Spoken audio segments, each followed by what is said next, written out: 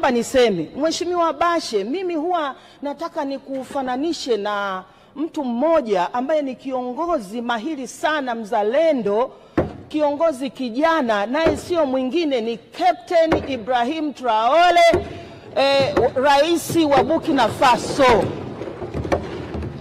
Traore ni rais ambaye amefanya mageuzi makubwa sana katika nchi yake. Nataka nikwambie Bashe, utaenda mbali kwa sababu una uwezo mkubwa, una uwezo wa kufanya maamuzi. Na huyo naibu waziri wako huyo, na yeye pia namfananisha kwamba angekuwa naibu wako kama Rais Traore, wewe ninavyokufananisha. Naomba nichukue nafasi hii sasa kuzungumza kwenye swala la mahindi.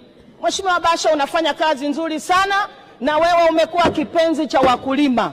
Lakini naomba kwenye swala la zao la mahindi bado kila mwaka unatuwekea pesa shilingi 700 katika kitengo cha NFRA.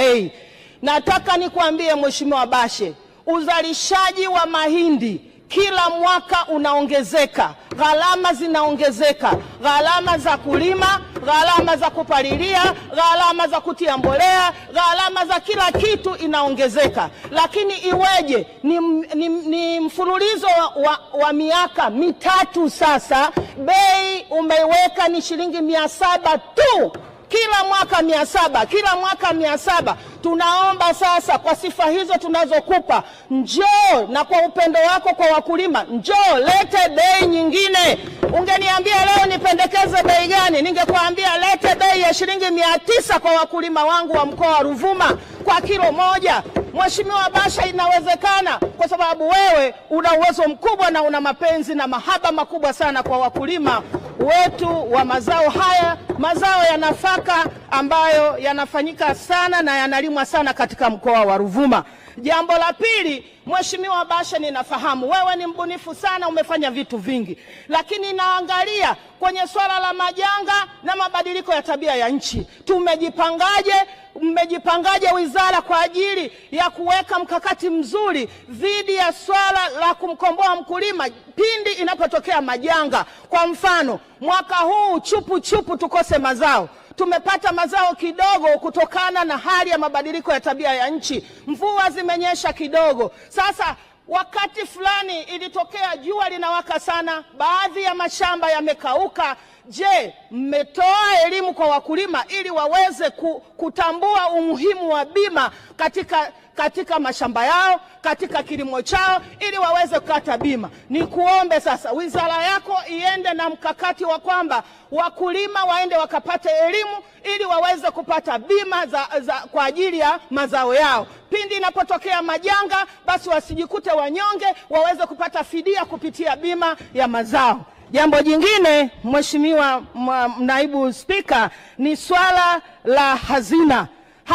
Mheshimiwa Waziri wa Fedha, kaka yangu Mwigulu, ninakuomba sana, peleka pesa kama mvua kwenye Wizara ya Kilimo ili miujiza hii tuendelee kuitunza, miujiza hii ambayo inaendelea kutokea katika sekta ya kilimo. Ni sekta muhimu sana, na kwa sababu tuna malengo ya kulisha dunia hii. Bila kupeleka pesa hakuna muujiza wowote utakaotokea. Peleka pesa, Bashe relaxi, afanye kazi vizuri, ongeza mazao katika nchi yetu na tupeleke mazao mpaka nje ya nchi huko. Mheshimiwa Naibu Spika, swala jingine ni swala la kiwanda. Tumekuwa wazalishaji katika mkoa wa Ruvuma zaidi ya miongo 5, tunashika nafasi ya kwanza katika uzalishaji wa mazao ya nafaka. Kwa hiyo tunapofanya vizuri namna hiyo, tunastahili kupata zawadi. Tunastahili kupata zawadi ya kujengewa kiwanda cha mbolea pale, kwa sababu sisi ndio wazalishaji. Mheshimiwa Bashe, najua hakuna unachokishinda, tena unanikonyeza hapa, unachekelea kabisa. Inawezekana Mheshimiwa Bashe, tuwekee kiwanda cha mbolea pale ili sisi kazi yetu ni kuongeza uzalishaji katika sekta ya kilimo. Inawezekana. Jambo la mwisho, Mheshimiwa Naibu Spika, ni swala la kilimo mseto. Mheshimiwa Spika, namalizia, wewe ni rafiki yangu sana. Kilimo mseto, Mheshimiwa Naibu Spika,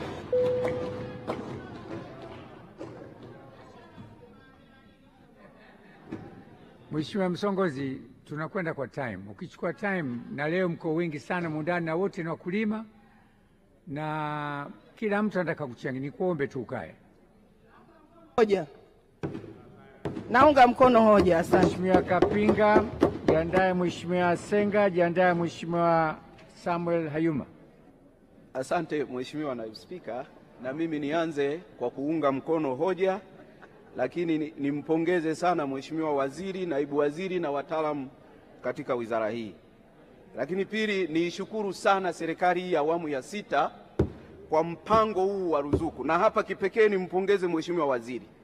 Mheshimiwa Waziri amekuwa mshauri mzuri wa Rais kwa kuendelea kumshauri vizuri. Mpango huu wa ruzuku sasa ni miaka 3 mfululizo umeendelea kutolewa ruzuku ya mbolea. Mheshimiwa Naibu Spika, sisi Wanambinga bila mbolea hatuvuni, na kwa maana hiyo ilipokuwa bei ya mbolea juu tulikuwa tuna mashaka sana ya namna ya kilimo chetu. Lakini nikushukuru sana Mheshimiwa Waziri, umekuwa na mikakati mizuri na ushauri mzuri kwa Mheshimiwa Rais juu ya mbolea hizi za ruzuku.